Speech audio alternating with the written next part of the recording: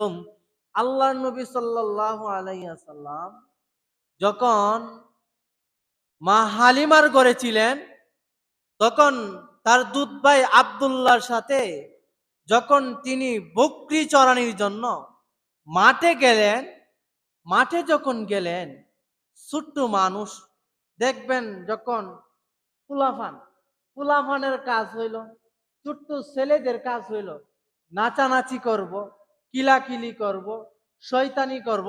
এগুলি হইল কাদের কাজ ভাই? ছোট ফুলাফানেদের কাজ। মানে শয়তানি করব, একটারে ডিবা মারবো, আরেকটারে কিল মারবো। এগুলি হইল ছোট মানুষের অভ্যাস। তো আল্লাহর নবী সাল্লাল্লাহু আলাইহি ওয়াসাল্লাম যখন ছোট্ট ছিলেন, আল্লাহ পাক রব্বুল আলামিন জিব্রাইল আলাইহিস সালামকে দুনিয়াতে পাঠাইলেন এবং বললেন, হে বন্ধু জিব্রাইল, আমার ছোট্ট বন্ধু মুহাম্মদ তো গোটা বিশ্বের নবী হবে, কাজে আমার নবী যদি ছোট্টবেলা শয়তানি করে, হ্যাঁ, আপনার ওই দিকে নাচানাচি করে, ছোট বাচ্চাদের স্বভাব যদি থাকে, তাহলে তো যখন বড় হবে তখন মানুষে বলবে, আরে তুমি তো ছোট্টবেলা শয়তানের চাইতে শয়তান।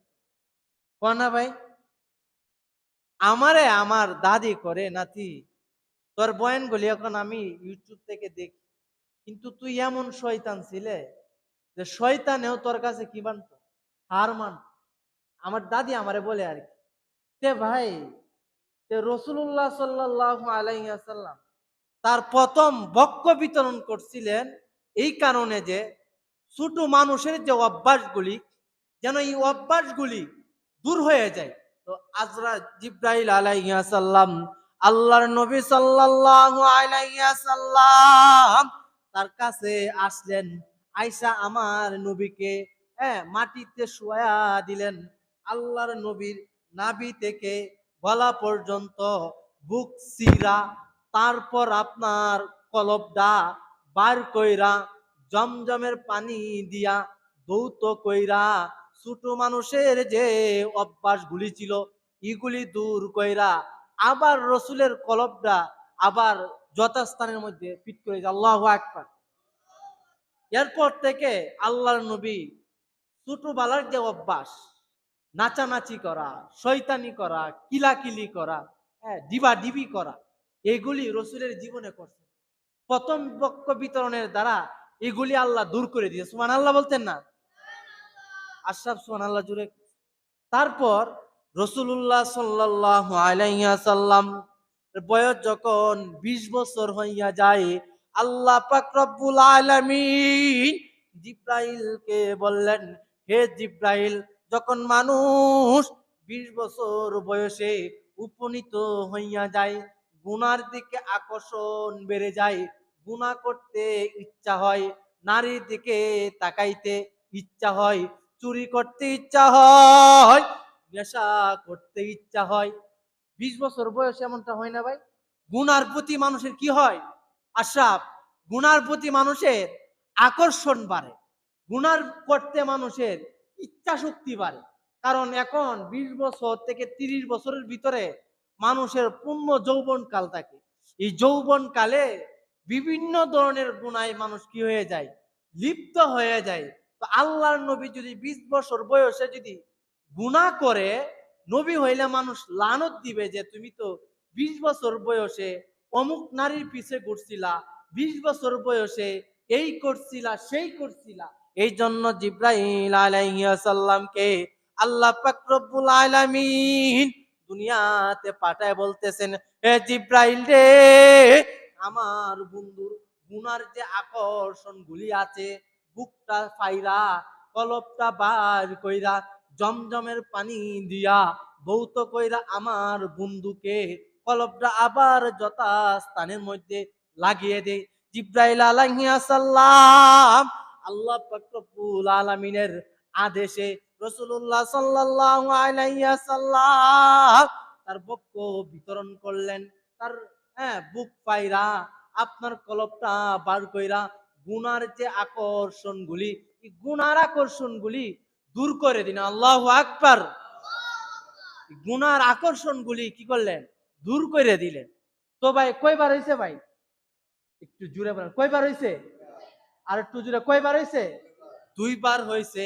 তো রাসূলুল্লাহ সাল্লাল্লাহু আলাইহি ওয়াসাল্লাম তার বয়স যখন 40 বছর হইয়া যায়, আল্লাহ পাক রব্বুল আলামিন আমার আপনার নবীকে ওহী দিবেন।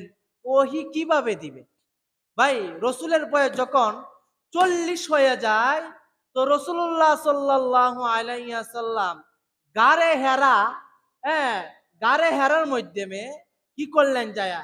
দেনের মধ্যে বসে থাকতেন। গারে হেরা একটা পাহাড়ের নাম। পাহাড় মধ্যে একটা গুহা আছে, হেরা গুহা। হেরা গুহার মধ্যে আল্লাহর নবী বৈশা ধ্যানে থাকতেন। হ্যাঁ, ধ্যানে বসতেন। আল্লাহ পাক রব্বুল আলামিনের ইবাদতে বসতেন। তো আল্লাহ বুঝতে পারলেন যে আমার বন্ধুর বয়স যেহেতু 40 হয়ে গেছে, কাজে আমার এই বন্ধুরে নবুয়ত দিতে হবে। কি দেওয়া লাগবো ভাই? জুড়ে বলেন, কি দেওয়া লাগবো? রসুলের বয়স 40 হয়ে গেছে, মানে রসুলরে এখন কোরআন দিব। যেহেতু কোরআন একটা দামি জিনিস, কিভাবে দামি জিনিস কারে দিতে চাইলে আলোচনায় ঢুকতেছে আমরা আস্তে আস্তে। তো আল্লাহ পাক রব্বুল আলামিন জিব্রাইলকে বললেন, হে জিব্রাইল, শিশুকালে আমার বন্ধুর বক্ষ বিতরণ করলেন। 20 বছর বয়সে বক্ষ বিতরণ করলেন। এখন আমার বন্ধুর বয়স 40 হইয়া যায়, কাজে আমার বন্ধুকে আমি কোরআন দিব। কাজে হে জিব্রাইল, তুমি আবার গিয়ে আমার বন্ধু, হ্যাঁ, বক্ষ বিতরণ করো। আল্লাহু আকবার। যেন আমার বন্ধু আপনার কোরআন শরীফ দিলে যেন কোরআন শরীফের পাঠটা বহন করতে পারে। এই জন্য আল্লাহর নবীকে তৃতীয়বার আবার বক্ষ বিতরণ করলেন। সুবহানাল্লাহ। রাসূলুল্লাহ সাল্লাল্লাহু আলাইহি ওয়াসাল্লাম বক্ষ কয়বার বিতরণ হয়েছে এখন? আর একটু জোরে, কয়বার? 3বার বিতরণ হয়েছে। তো আরেকবার বিতরণ হয়েছে মেরাজ। আমরা আলোচনাতে যাবো কিন্তু রাসূলুল্লাহ সাল্লাল্লাহু আলাইহি ওয়াসাল্লাম কে যখন আল্লাহ পাক রব্বুল আলামিন 7 আসমানে নিয়ে যাবেন, জান্নাত জাহান্নাম সব প্রদর্শন করবেন। কিতাবের মধ্যে রয়েছে ভাই, এমন কোন একটা বিমান যদি কেউ আবিষ্কার করে, যে বিমানটা 1 সেকেন্ডে, কয় সেকেন্ডে? 1 সেকেন্ড, বুঝেন তো? 1 সেকেন্ডে আঙ্গুলটা নামাইতে আর উঠাইতে যে পরিমাণ সময় লাগছে, কোন ব্যক্তি যদি এমন কোন একটা বিমান যদি আবিষ্কার করে, যে বিমানটা 1 সেকেন্ডে 1,88,00,000 মাইল যাইতে পারে 1 সেকেন্ডে, এমন যদি কোনো ব্যক্তি একটা বিমান আবিষ্কার করতে পারে, তাহলে আল্লাহ পাক রব্বুল আলামিন বলেন যে ওই লোকটা প্রথম আসমানে যাইতে 1,00,00,000 বছরের উপরে লাগে। সুবহানাল্লাহ বলতেন না? তাহলে মোটামুটি দুনিয়া থেকে প্রথম আসমানটা মোটামুটি বড় না অনেক? আপনার 1 সেকেন্ডে 1,88,00,000 মাইল যাইতে পারে এমন একটা বিমান দিয়ে যদি যাওয়া শুরু করে প্রথম আসমানে, তাহলে কয় কয় কোটি বছর লাগবে? 1,00,00,000 বছর। কয় কোটি বছর লাগবে ভাই? 1,00,00,000 বছর লাগবে। তাহলে আল্লাহ পাক রব্বুল আলামিন চিন্তা করলেন, আমার বন্ধুরা আমি প্রথম আসমানে নিয়ে যাইব, কাজে প্রথম আসমান দেখে সহ্য করতে পারবে কিনা। আবার কি করলেন, যেন সহ্য করতে পারেন, এই জন্য জিব্রাইল আলাইহিস সালাম কে আবার দুনিয়াতে পাঠাইলেন। বলতেছেন, হে জিব্রাইল, আমার বন্ধু মুহাম্মদ কে আমি আমার কাছে নিয়ে যাইব, জান্নাত জাহান্নাম সবগুলোই দেখাইয়া আমার বন্ধুকে হাদিয়া স্বরূপ 2টা জিনিস দিব। তো জিব্রাইলকে বললেন, হে জিব্রাইল, তুমি আবার গিয়া আমার বন্ধুর, হ্যাঁ, বুকটা ফার। আল্লাহু আকবার। জিব্রাইল আলাইহিস সালাম আবার আয়েশা রাসূলুল্লাহ সাল্লাল্লাহু আলাইহি সাল্লামের বক্ষ বিতরণ করলেন। রাসূলুল্লাহ সাল্লাল্লাহু আলাইহি সাল্লাম তার বক্ষ বিতরণ করার পর, হ্যাঁ, আপনার কি করলেন? হ্যাঁ, গুনাহ আপনার ওই দেশে যাওয়ার মতো যেগুলি প্রয়োজন, ওইগুলো ওই দেশে যাওয়ার জন্য, হ্যাঁ, যেন তিনি ওই দেশে যাইতে পারে এমন একটা কি দিলেন? আত্মা শক্তি দিলেন। হ্যাঁ, তাইলে রসুলের বক্কটা কয়বার বিতরণ হয়েছে ভাই? আর একটু জুড়ে বলেন, কয়বার হয়েছে ভাই? এক সাহাবী বলতেছেন যে রাসূলুল্লাহ সাল্লাল্লাহু আলাইহি ওয়াসাল্লামকে আমি যখন কালি জামাতে দেখি, যেমনি ভাবে পাঞ্জাবির মধ্যে দেখেন, পাঞ্জাবির মধ্যে এমন একটা শিলি দেখা যায়নি, একটা শিলি দেখা যায় না, আল্লাহর নবীর বুক থেকে নাভি পর্যন্ত মাঝখানে একটা শিলায়ের দাগ ছিল লম্বা। আল্লাহু আকবার। কি কারণে দাগটা হয়েছে ভাই? চারবার কি করছে? হ্যাঁ, বক্ষ কি করছে ভাই? বিতরণ করছে। যাই হোক মেরে মুহতারাম দোস্ত আর বুজুর্গ, আমি বলতেছিলাম যে খাদিজাকে 27 বছর অথবা 40 বছর বয়সে কি করছে? বিবাহ করছে। বিবাহ করার পর রাসূলুল্লাহ সাল্লাল্লাহু আলাইহি ওয়াসাল্লাম, তার বয়স তখন 25 ছিল। তো রাসূলুল্লাহ সাল্লাল্লাহু আলাইহি ওয়াসাল্লাম গারে হেরার মধ্যে গিয়ে তিনি ধ্যানে বসেন। হেরা গুহার মধ্যে তিনি মগ্নতে বসেন, আল্লাহর ইবাদত বন্দেগী করেন। হ্যাঁ, তো আল্লাহ পাক রব্বুল আলামিন তারে ওই জায়গাতে কি দিবে ভাই? কুরআন দিবেন। তো খাদিজা রাদিয়াল্লাহু তাআলা আনহা রাসূলুল্লাহ সাল্লাল্লাহু আলাইহি ওয়াসাল্লামের অনেক সেবা যত্ন করলেন। কি করলেন ভাই? এই জন্য কিতাবের মধ্যে আসছে, হ্যাঁ, প্রত্যেকটা স্বামীর প্রয়োজন ছিল, স্ত্রীর প্রয়োজন ছিল স্বামীর কথাগুলি কি করা? অক্ষরে অক্ষরে কি করা? পালন করা। কারণ কিতাবলা লেখছে স্বামী যদি অসন্তুষ্ট হয়ে যায়, তাহলে হ্যাঁ, আপনার ওই স্ত্রীর দুনিয়াও বরবাদ আখিরাতেও বরবাদ। নাউজুবিল্লাহ বলতেন না? এই জন্য আল্লাহ বলেন, আমি যদি আল্লাহর পরে কাউকে সেজদা করার আদেশ দিতাম, তাহলে প্রত্যেকটা স্ত্রীকে বলতাম যে তোমরা তোমাদের, হ্যাঁ, স্বামীর পায়ে সেজদা করো। আল্লাহু আকবার।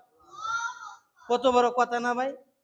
আমাদের প্রয়োজন মা বোনরা যারা আছে, আপনাদের স্বামীরা যেভাবেই বলে এইভাবে আপনাদেরকে চলতো। কারণ মানার মধ্যে কামিয়াবি, জানার মধ্যে কি নাই কোনো। জানছো তো ভাই, ইবলিস কি কম জানছে নাকি? ইবলিস বষ্ট হয়েছে না মানার কারণ। যাই হোক, আমি বলতেছিলাম রসুল যখন খাদিজাকে বিবাহ করে, তো খাদিজা রাদিয়াল্লাহু তাআলা আনহা রসুলের বয়স যখন 40 হয়ে যায়, তো খাদিজার গর্ভে 6টা সন্তান হয়। কয়টা ভাই? 4টা হইল কন্যা সন্তান। কয়টা কন্যা সন্তান ভাই? 4টা কন্যা সন্তান। আর 2টা হইল ছেলে সন্তান। কয়টা ছেলে সন্তান ভাই? একটা ছেলের নাম ছিল আবুল কাসেম, আরেকটা ছেলের নাম ছিল তাহের। কি ছিল ভাই? অনেক সময় আপনার, হ্যাঁ, তার বিবি ছেলে সন্তানের নাম ধইরা বাবারা ডাকে না, এই যে ও আপনার কাসেমের বাবা, ও এনামের বাবা, ও ফাহিমের বাবা, এবার ডাকে না।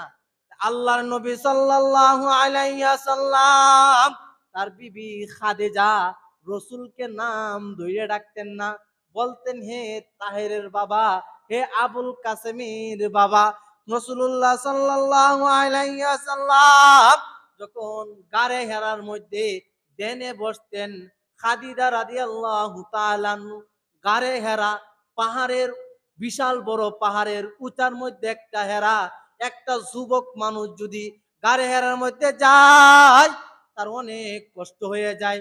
আর খাদিজা রাদিয়াল্লাহু তাআলা মহিলা মানুষ হওয়ার পরেও রাসূলের জন্য গারে হেরার মধ্যে কাবার নিয়ে যাইতো, এবং আল্লাহ পাক রব্বুল আলামিন তার নিকট রাসূল তো করতে, আল্লাহ রে আমারই খাদিজা আমার জন্য এত কষ্ট করে, আল্লাহ আমার জন্য ছাতা হিসাবে কাজ করে, আল্লাহ ছাতা যেমনি মানুষের কাছে কাছে থাকে, হে আল্লাহ আমার বিবি খাদিজা আমার এত আদর যত্ন করে রে আল্লাহ, দুনিয়াতে রে আল্লাহ তার বিনিময়ে আমি দিতে পারবো না রে আল্লাহ। রাসূলুল্লাহ সাল্লাল্লাহু আলাইহি ওয়াসাল্লাম যখন গারে হেরার মধ্যে ধ্যানে বসতেন, খাদিজা রাদিয়াল্লাহু তাআলা ওই গারে হেরার মধ্যে চলে যায়, এবং রাসূলুল্লাহ সাল্লাল্লাহু আলাইহি ওয়াসাল্লাম তার জন্য কাবার পাক কইরা পাহাড়ের চিপা চাপা রাস্তা দিয়া উঁচা পাহাড়ের মধ্যে খাদিজা রাদিয়াল্লাহু তাআলা আনহা চইলা যাইতেন। তো ভাই রাসূলের বয়স যখন 40 হয়ে যায়, তখন ভাই জিব্রাইল আলাইহিস সালাম, কেডা ভাই? চিনেন জিব্রাইল আলাইহিস সালাম রে ভাই? শুনবে চিনেন? জিব্রাইল চিনেন? জিব্রাইল আলাইহিস সালাম যখন রাসূলের বয়স 40 হইয়া যায়, আল্লাহর নবী যখন ধ্যানে বসলেন, জিব্রাইল আলাইহিস সালামকে আল্লাহ পাঠাইলেন, হে জিব্রাইল তুমি যাও, আমার বন্ধুর বয়স তো 40 হইয়া গিয়াছে, কাজে আমার বন্ধুকে নতুন একটা কিতাব দিতে হবে, নতুন একটা কোরআন দিতে হবে। ও কেমনে কেমনে? আল্লাহ পাক রব্বুল আলামিন পবিত্র কোরআনের মধ্যে বলেন, ইন্না আরাদনাল আমানাতা আলাস সামাওয়াতি ওয়াল আরদি ওয়াল জিবালি ফাআবাইনা আন ইয়াহমিলনাহা ওয়া আশফাকনা মিনহা ওয়া হামালাহাল ইনসান ইন্নাহু কানা যালুমান জাহুলা লিয়ুযিবাল্লাহুল মুনাফিকিনা ওয়াল মুনাফিকাতি والمشركين والمشركات ويتوب الله على المؤمنين والمؤمنات وكان الله غفورا رحيما আল্লাহ পাক রব্বুল আলামিন কুরআন আসমানকে দিতে চাইলেন। আল্লাহ আসমানকে জিজ্ঞাসা করলেন, হে আসমান, কুরআন আমি তোকে দিতে যাইতেছি, কুরআনের আমানত নিবে কি নিবে না? আসমান বলে, আল্লাহ তোমার কুরআন বাড়ি আমানত। আসমানকে আল্লাহ কুরআন দিতে চাইলেন। আসমান বলে, রে আল্লাহ, কুরআন একটা বাড়ি আমানত রে আল্লাহ, একটা সম্মানী কিতাব রে আল্লাহ, এই কুরআনের বার আল্লাহ আমি সহ্য করতে পারবো না। তারপর আল্লাহ পাক রব্বুল আলামিন তার দ্বিতীয় মাখলুক পাহাড়কে বললেন, হে পাহাড়, কুরআনের আমানত তোকে দিতে চাই, নিবে কি নিবে না? পাহাড় বলে, আল্লাহ তোমার প্রথম মাখলুক আসমানকে কুরআন দিতে চাইলেন আল্লাহ, আসমান এত বিশাল আসমান, আল্লাহ কুরআন নিতে চাই না রে মাওলা। আল্লাহ আমি তো পাহাড়, দুর্বল মানুষ রে আল্লাহ, যে জায়গাতে আসমান নিতে চাই না, আসমানের তুলনায় আল্লাহ আমি তো পাহাড় কিচ্ছু না রে মাওলা, আসমান নিতে চাই না কুরআন, কাজে আল্লাহ আমি পাহাড়ও নিতে পারবো না। তারপর আল্লাহ পাক রব্বুল আলামিন না তৃতীয় মাখলুক জমিনকে বললেন, হে জমিন, কুরআনের আমানত নিবে কি নিবে না? জমিন মনে মনে চিন্তা করে, হাই হাই, আল্লাহকে বলে, আল্লাহ তোমার প্রথম মাখলুক আসমানকে কুরআন দিতে চাইলেন, আসমান নিতে চাই না। দ্বিতীয় মাখলুক আল্লাহ পাহাড়কে দিতে চাইলেন, আল্লাহ পাহাড়ও কুরআন নিতে চাই না। আল্লাহ আমি জমিন, আল্লাহ আমি তোমার কুরআনের বার নিতে পারবো না। আসমানকে দিতে চাইলেন, আসমানও নিতে চাই না। জমিনকে দিতে চাই, জমিনও নিতে চাই না। পাহাড়কে দিতে চাই, পাহাড়ও নিতে চাই না। রাসূলের বয়স যখন 40 হইয়া যায়, আল্লাহ চিন্তা করলেন কুরআন মানুষকে দিয়ে দিব। সুবহানাল্লাহ বলতেন না? আর একটু জোরে বলেন সুবহানাল্লাহ। তো ভাই, তখন আল্লাহ পাক রব্বুল আলামিন এই 30 পারা কুরআন আমারে আপনারে দিয়ে দে। সুবহানাল্লাহ। কারে দিছে কোরআনটা ভাই? কারে দিছে? আমাদেরকে দিছে। কারে দিছে ভাই? আপনার ফুতের 1000 টাকা দেন মানে আপনারা দেন তো সমানই কথাই। তো কোরআন আমাদেরকে দিয়েছে। কারে দিছে ভাই? আমাদেরকে কোরআন দিয়েছে।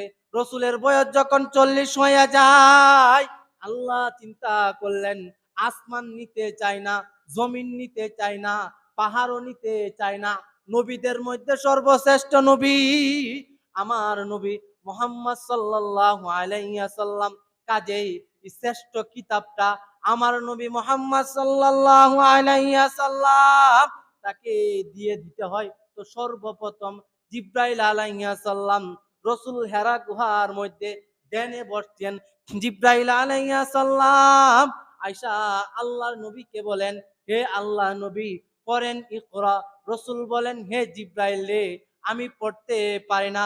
রাসূলকে আবার জিব্রাইল দইরা বুকের সাথে চাপ দিয়ে বলতেছেন, হে মুহাম্মদ আপনি পড়েন ইকরা। আল্লাহর নবী সাল্লাল্লাহু আলাইহি ওয়াসাল্লাম বলেন, আমি পড়তে পারি না। আবার রাসূলুল্লাহ সাল্লাল্লাহু আলাইহি ওয়াসাল্লাম বুকের সাথে চাপ দিয়া জিব্রাইল ছেড়ে দিলেন। দেওয়ার পরে বলতেছেন, হে রাসূল পড়েন ইকরা বিসমি রাব্বিকাল্লাযী খালাক খালাকাল ইনসানা মিন আলাক ইকরা ওয়া রাব্বুকাল আকরাম। তো তৃতীয়বার রাসূলুল্লাহ সাল্লাল্লাহু আলাইহি ওয়াসাল্লাম ইকরা বিসমি রাব্বিকাল্লাযী খালাক খালাকাল ইনসানা মিন আলাক ইকরা ওয়া রাব্বুকাল আকরাম। আল্লাহু আকবার বলেন। তৃতীয়বার যখন রাসূলের চাপ দিয়ে ছাইরে দেয়, তখন আল্লাহর নবী সাল্লাল্লাহু আলাইহি ওয়াসাল্লাম ইকরা বিসমি রাব্বিকাল্লাযী সূরার প্রথম আয়াতটা জিবরাইলের সাথে বলেন। সুবহানাল্লাহ বলতেন না? তো ভাই আমি বলতেছিলাম যে কোরআনটা অবশেষে আমাকে আপনাকে কোরআনটা দিয়ে দিই।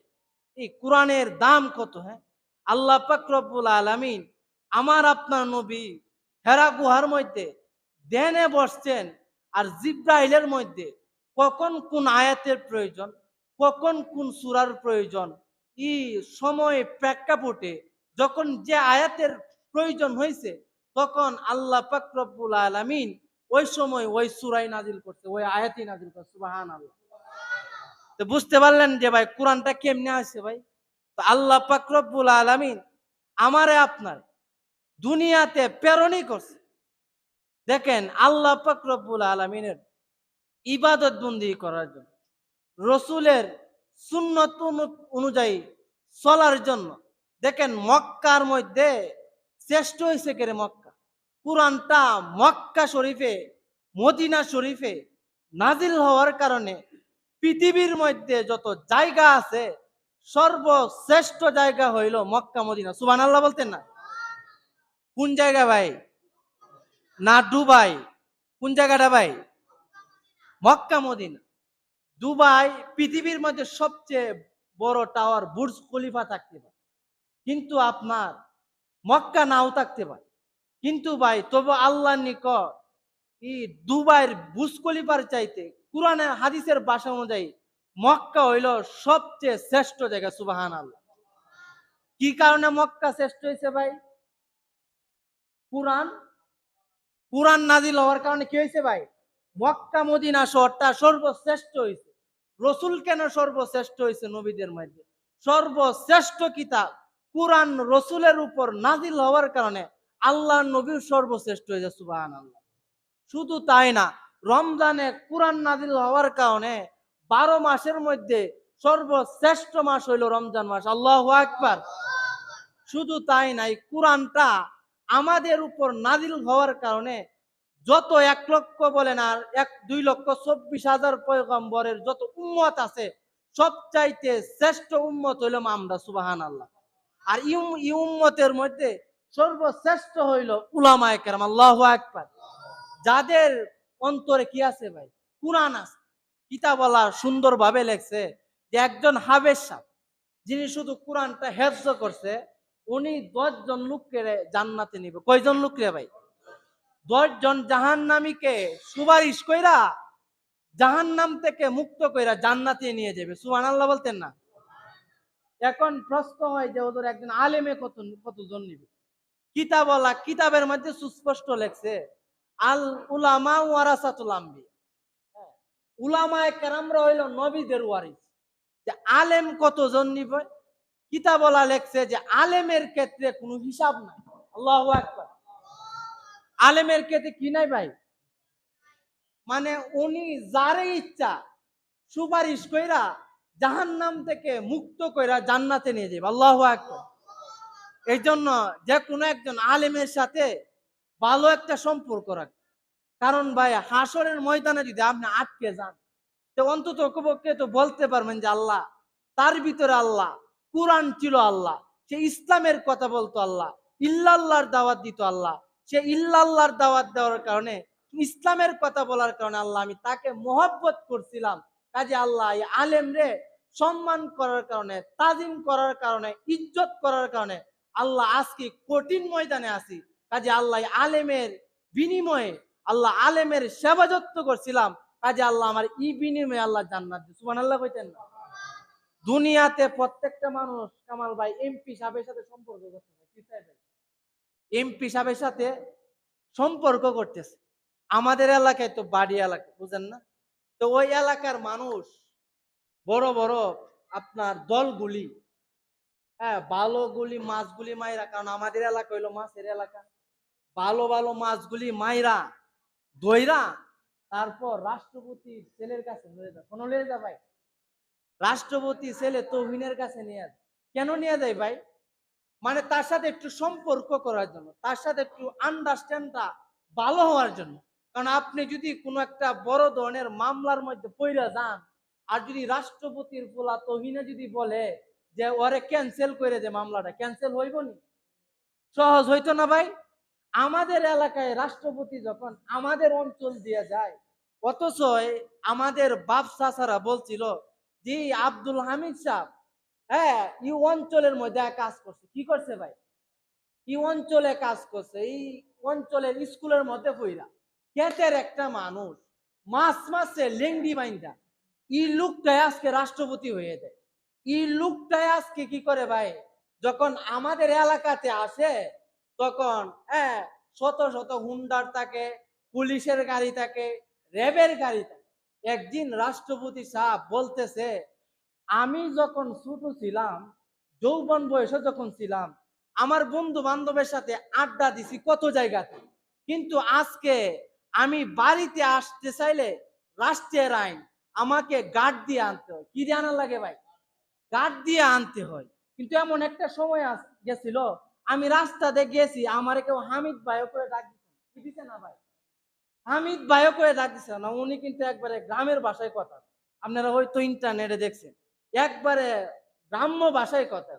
তিনি বলতেছে যে আমার বাড়িতে এখন কেউ আসতে চাইলে উনারে 10 বার কি করা লাগে, চেক করে ডুয়ানি লাগে। আর এখন আমি রাত্রে আরামে ঘুমাইতেও পারি না। ও কেন? ও রাত্রে আমার দরজাটা কি করা লাগে, খুললে ঘুমানি লাগে। কারণ হঠাৎ করে আমার একটা কিছু হয়ে গেলে তাৎক্ষণিকভাবে দরজা খুলতে খুলতে যদি আমার কোনো একটা বাইকের সমস্যা হয়ে যায়, উনি সমস্ত কথাগুলো আমাদেরকে শোনায় আর কি। তো আরো বলতেছে যে একটা ডিম বাজি করতে চাইলে আপনারা অনেক শান্তিতে আছেন। তো কিভাবে? আমি একটা ডিম বাজ খাইতে চাইলে এই ডিম দিয়ে 2টা ডিম নিয়া 2বার পরীক্ষা 3বার পরীক্ষা করার পরে একটা ডিম আরেকজনে খাইব, খাওয়ার পরে ও না মরলে পরে দ্বিতীয় ডিমটা আমারা দিব। আল্লাহু আকবার বলতেন না? তা আপনি বাথরুমে গেলে কি বাথরুম কি করে চেক দেওয়ার লাগে? বাজারতে মাছ কিনা খাইতে চেক করে খাওয়ার লাগে। তে ভাই বলতেছিলাম যে দুনিয়ার একজন মানুষের সাথে সম্পর্ক করার জন্য মানুষ কি তাই উৎপাইতে থাকে। এমপি মন্ত্রী চেয়ারম্যান সাহেব তাদের সাথে সম্পর্ক করার জন্য হ্যাঁ মানুষ চেষ্টা করে। কারণ কোনো বাইসেস দুনিয়াতে একটা সমস্যাতে পড়ে যাওয়ার কারণে। কারণ আপনার ছেলেটা বাজান মেট্রিক পাস করছে, কি পাস করছে? মেট্রিক, বুঝেন তো? আপনার ছেলে মেট্রিক পাস করছে। অনি মেট্রিক পাস করা ছেলে মেট্রিক ফেল করা স্যারের সিগনেচারে কি হয় না, চাকরি হয় না। মেট্রিক দিয়ে সিগনেচার দিয়ে ভাই মেট্রিক ফেল কি ভাই? আর মেট্রিক পাসের ছেলে আপনার সিগনেচারের জন্য মেট্রিক ফেলের স্যারের কাছে যাওয়া লাগে। কার কাছে যাওয়া লাগে? যোগ্য মানুষের চাকরি হয় না। তো ভাই আমি বলতেছিলাম যে দুনিয়াতে মানুষ কি করে, হ্যাঁ, দুনিয়ার বড় বড় বড় লোকদের সাথে সম্পর্ক করে, যদি কোনো বিপদের মধ্যে পড়ে তাহলে যেন ওই লোকটা তারে হেল্প করে, সাহায্য করে। তো ভাই কথাটা বলার উদ্দেশ্য হইলো, আপনিও ভাই যদি আখেরাতে যদি বিপদে পড়ে যান, এমন কিছু আত্মীয় আলেমদের সাথে সম্পর্ক রাখেন, এমন কিছু বুজুর্গ মানুষের সাথে সম্পর্ক রাখেন, যখন আপনি হাসরের ময়দানে বিপদে পইরা যান, তখন যেন ওই লোকের হাত ধইরা ওই লোকের উসিলায় জান্নাতে যেতে পারেন। সুবহানাল্লাহ বলতেন না? তো মেরে মুহতারাম দোস্ত আর বুজুর্গ, আমি আপনাদেরকে বলতেছিলাম আল্লাহ পাক রব্বুল আলামিন এই কোরআন রাসূলকে দিয়া যায়, রাসূলুল্লাহ সাল্লাল্লাহু আলাইহি ওয়াসাল্লাম তার উপর কোরআন নাজিল হইয়া যায়। রাসূলের উপর যখন আপনার 23 বছর বয়সে আপনার পূর্ণ কোরআন নাজিল হইয়া যায়। এখন আল্লাহ পাক রব্বুল আলামিন চিন্তা করলেন, আমার প্রিয় বন্ধু, জন্মের আগে বাবা মারা যায়, জন্মের পরে মা মারা যায়, এই শিশু সন্তানটা, এতিম সন্তানটা আজকে 40 বছর বয়সে উপনীত হইল। কাজে আমার ঘনিষ্ঠ বন্ধু, আমার বন্ধুকে আমি আমার কাছে নিয়ে যাইব।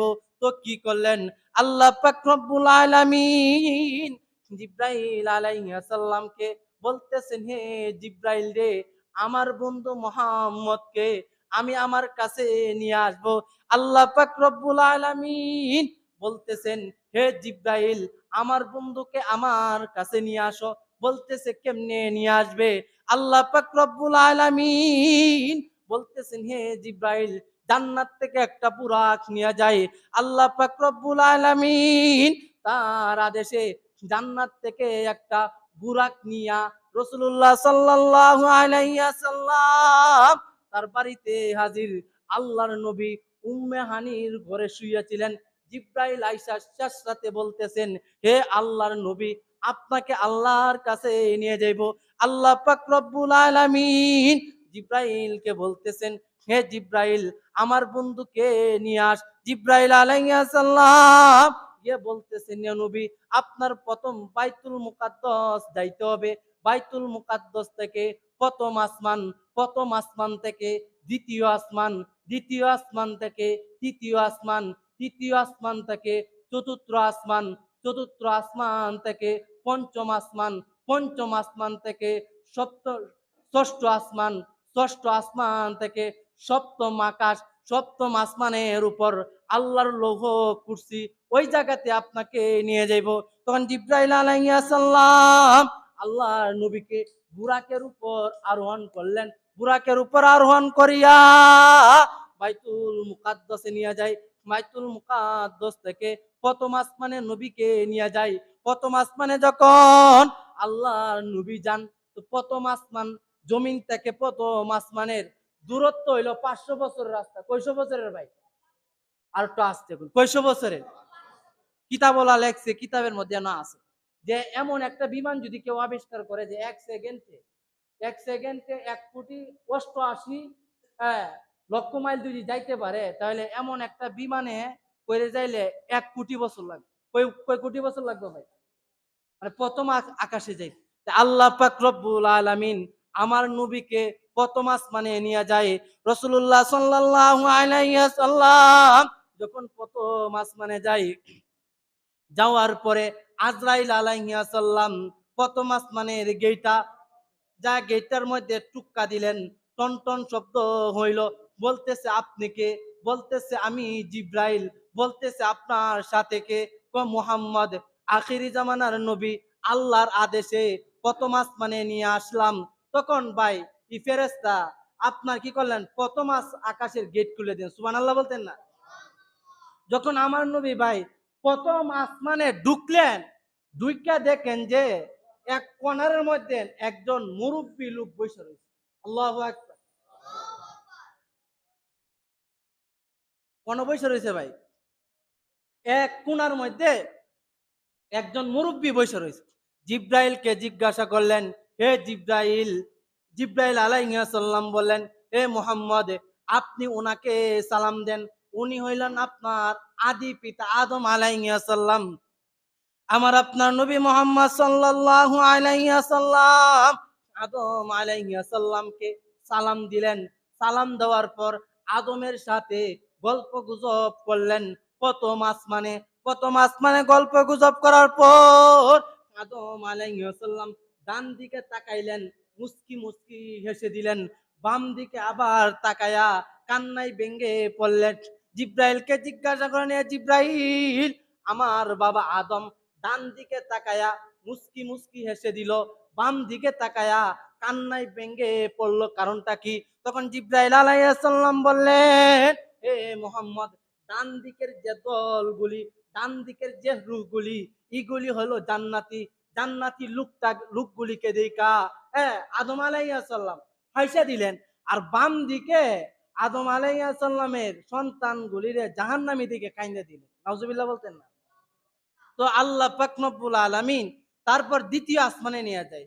প্রথম আসমানে আমার আপনার নবী, কথা অনেক বিশাল লম্বা, সমস্ত নবীরা ওই জায়গাতে পাইলেন। পাওয়ার পরে নবীদের ইমামতি কে করবেন? আল্লাহ পাক রব্বুল আলামিন তার আদেশে জিব্রাইল আলাইহিস সালাম আমার আপনার নবীকে সামনের কাতারে ইমামতি করার জন্য আগায়া দিলেন। আমার আপনার নবী সমস্ত নবীদের ইমামতি করলেন। ইমামতি করার পর সমস্ত আসমান ভ্রমণ করলেন, জান্নাত জাহান্নাম সব কিছু ভ্রমণ করলেন। ভ্রমণ করে সিদরাতুল মুনতাহায় যায়। যাওয়ার পর আল্লাহ পাক রব্বুল আলামিন আমার আপনার নবীকে বলতেছেন, হে নবী, আপনাকে আমি হাদিয়া স্বরূপ 50 ওয়াক্ত নামাজ দিলাম। কয়েকটা নামাজ দিছে ভাই? আর একটু জোরে কোন কয়েকটা দিছে? 50 ওয়াক্ত নামাজ দে আমার আপনার নবী জান্নাত জাহান্নাম সবগুলি প্রদর্শন কইরা যখন ষষ্ঠ আকাশে আসে, মুসা নবীর সাথে দেখায়। মুসা আলাইহিস সালাম বলতেছেন, হে মুহাম্মদ, আল্লাহর সাথে তো গল্প গুজব করলেন, আল্লাহ পাক রব্বুল আলামিন আপনাকে হাদিয়া স্বরূপ কি দিয়েছেন? তখন আমার আপনার নবী বলেন, হে আল্লাহর নবী মুসা, আল্লাহ পাক রব্বুল আলামিন আমাকে হাদিয়া স্বরূপ 50 ওয়াক্ত নামাজ দিয়েছে। আল্লাহু আকবার। তখন মুসা আলাইহিস সালাম বলতেছেন, হে মুহাম্মদ, আপনারে আল্লাহ 50 ওয়াক্ত নামাজ দিছে, আমার উম্মতের হায়াত ছিল লম্বা, 2 ওয়াক্ত 2 রাকাত নামাজ দিছিল। আমি যখন ইল্লাল্লাহর দাওয়াত দিতাম তখন বলতো, হে মুসা, তুমি আর তোমার আল্লাহ মিলে নামাজ পড়তে দাও। কেডা কেডা মিলে পড়তো? আল্লাহ আর মুসা আলাইহিস সালাম মিলে নামাজ পড়তো। মানে মুসা আলাইহিস সালামের উম্মতি এগুলি কইতো যে মুসা নামাজ টামাজ পড়ার টাইম নাই, আপনি আর আপনার আল্লাহ মিলে পড়তে থাকেন, এগুলি পড়ার আমাদের টাইম নেই। তো মুসা আলাইহিস সালাম বললেন, আমার উম্মতের হায়াত ছিল লম্বা, আমার উম্মত 2 ওয়াক্ত নামাজে পড়তে চায় না, আপনার উম্মতের হায়াত হইব 60 থেকে 70 এর ভিতরে, আপনার উম্মত গুলি মারা যাবে, আপনার উম্মত গুলি 50 ওয়াক্ত নামাজ কিভাবে আদায় করবে? তখন আমার নবী আবার ব্রেক করলেন আল্লাহর দিকে, আল্লাহকে বললেন, আল্লাহ, আমার উম্মত তো দুর্বল উম্মত, আল্লাহ, আমার উম্মতরে যে আপনি 50 ওয়াক্ত নামাজ দিবেন, এই 50 ওয়াক্ত নামাজ আমার উম্মতের পক্ষে পড়া সম্ভব। সুবহানাল্লাহ বলতেন না? তখন আল্লাহ পাক রব্বুল আলামিন আরো 5 ওয়াক্ত কমায় দেন। তারপর আল্লাহ পাক রব্বুল আলামিন যখন 5 ওয়াক্ত নামাজ কমায় দিলেন, 50 তো 5 বাদ দিলে কত থাকে ভাই? কত থাকে? 45 ওয়াক্ত নামাজ নিয়ে আবার যখন ষষ্ঠ আকাশে আসে, মুসার সাথে আবার দেখা, বলতেছে, কি পরামর্শ দিছেন? আল্লাহর নবী বলেন, আল্লাহ 5 ওয়াক্ত কমায় দিছেন। মুসা বলতেছেন, না রে মুহাম্মদ, আপনার উম্মত 45 ওয়াক্ত পারবে না, আবার যান। আমার নবী আবার গেলেন, আবার গিয়া আবার 5 ওয়াক্ত কমাইলেন। কয় ওয়াক্ত হইছে? আর একটু আসতে কোন কয় ওয়াক্ত হইছে? 40 ওয়াক্ত দিলে করতে পারলেন? তারপর আবার আইছে, আবার 5 কমায় দিল, কইছে হন 35। তো আমার আপনার নবী 9 বার গেছে আল্লাহর কাছে। কয়বার গেছে? আর একটু জোরে, কয়বার গেছে? 9 বার গিয়া 5 নং 5 নং কত? এই 45 ওয়াক্ত নামাজ কমায় যখন আবার ষষ্ঠ আকাশে আসে, তখন মুসা আলাইহিস সালাম বলেন, হে আল্লাহর নবী, আরো 5, আরো কিছু কমান। তখন নবী করিম সাল্লাল্লাহু আলাইহি সাল্লাম বললেন, না না, আল্লাহর কাছে 9 বার গেছি, এখন আমার যাইতে লজ্জা বোধ হইতেছে, কাজে আমি আল্লাহর নিকট এখন যাইতে পারবো না, আমার কাছে লজ্জা বোধ হইতেছে। আল্লাহ পাক রব্বুল আলামিন তাৎক্ষণিক আয়াত নাজিল করেন, হে আমার বন্ধু, দিছিলাম 50 ওয়াক্ত নামাজ, কাজে আপনার সুপারিশের কারণে আমি আল্লাহ 5 ওয়াক্ত দিয়ে দিলাম। আল্লাহু আকবার। দুনিয়াতে আল্লাহ বলে দিছেন, হে আমার নবী মুহাম্মদ, 50 ওয়াক্ত দিছিলাম, আপনার এই সুপারিশের কারণে আমি আল্লাহ 5 ওয়াক্ত করে দিলাম। আল্লাহু আকবার। কাজে আপনার উম্মতকে গিয়ে বলবেন, আপনার কোন উম্মত যদি 5 ওয়াক্ত নামাজ জামাতের সাথে আদায় করে, 50 ওয়াক্ত নামাজ আদায় করলে যে পরিমাণ সব হইতো, এই পরিমাণ সব তার আমল নামায় লিখে দিবে। সুবহানাল্লাহ। কয় ওয়াক্ত করলে কয় রাকাত নামাজের সব দিও ভাই? 5 ওয়াক্ত বললে কয় রাকাত সব দিব? যারা 1 ওয়াক্ত করে না, এরা কয় ওয়াক্ত দিব? এরা 50 ওয়াক্ত দেব না? কয় ওয়াক্ত দিব? যারা 1 ওয়াক্ত পড়ে না, কয় ওয়াক্ত দিব? কোথায় লাইবা আসর দিন ভাইরা, কি করবো ভাই? যাই করেন নাই করেন, 5 ওয়াক্ত নামাজ ভাই নিয়মিত ভাবে আদায় করেন। আল্লাহ আমরা সহজ করছি। যদি 50 ওয়াক্ত নামাজটা দিত, তাহলে হোসেন ভাই অবস্থাটা কি হইল? 50 ওয়াক্ত নামাজ যদি আল্লাহ দিয়ে দিত, কারবারটা কি হইলো আপনি চিন্তা করছেন? 50 ওয়াক্ত নামাজ না দিয়ে আল্লাহ 5 ওয়াক্ত দিছে। এই 5 ওয়াক্ত আমরা নিয়মিত কি করতে পারি না, পড়তে পারি না। কাজে আমরা আজকে থেকে 5 ওয়াক্ত নামাজ পড়বো তো ইনশাআল্লাহ? আরো জোরে বলেন ইনশাআল্লাহ। কাজে কোন ব্যক্তি 5 ওয়াক্ত নামাজ পড়লে, 50 ওয়াক্ত নামাজ পড়লে যে সওয়াব, এই পরিমাণ সওয়াব আমাদের আমলনামায় লিখে দিবে সুবহানাল্লাহ। কারণ ভাই দুনিয়াতে কেউ থাকতে পারে, এই সম্পদ কার লাগিন কামাই করতেছে? আপনি মরলে কাপড়ের মধ্যে আপনার পকেট থাকতো না। আইসেন, আপনার যেভাবে যাওয়া লাগবে সেইভাবে দুনিয়াতে কেউ থাকতে পারত। এই জন্য আল্লাহ পাক রব্বুল আলামিন আমাকে আপনাকে 5 ওয়াক্ত নামাজ যেন আমরা জামাতের সাথে আদায় করতে পারি। আর 50 থেকে আল্লাহ কিভাবে 5 ওয়াক্ত দিয়েছে বুঝছেন তো?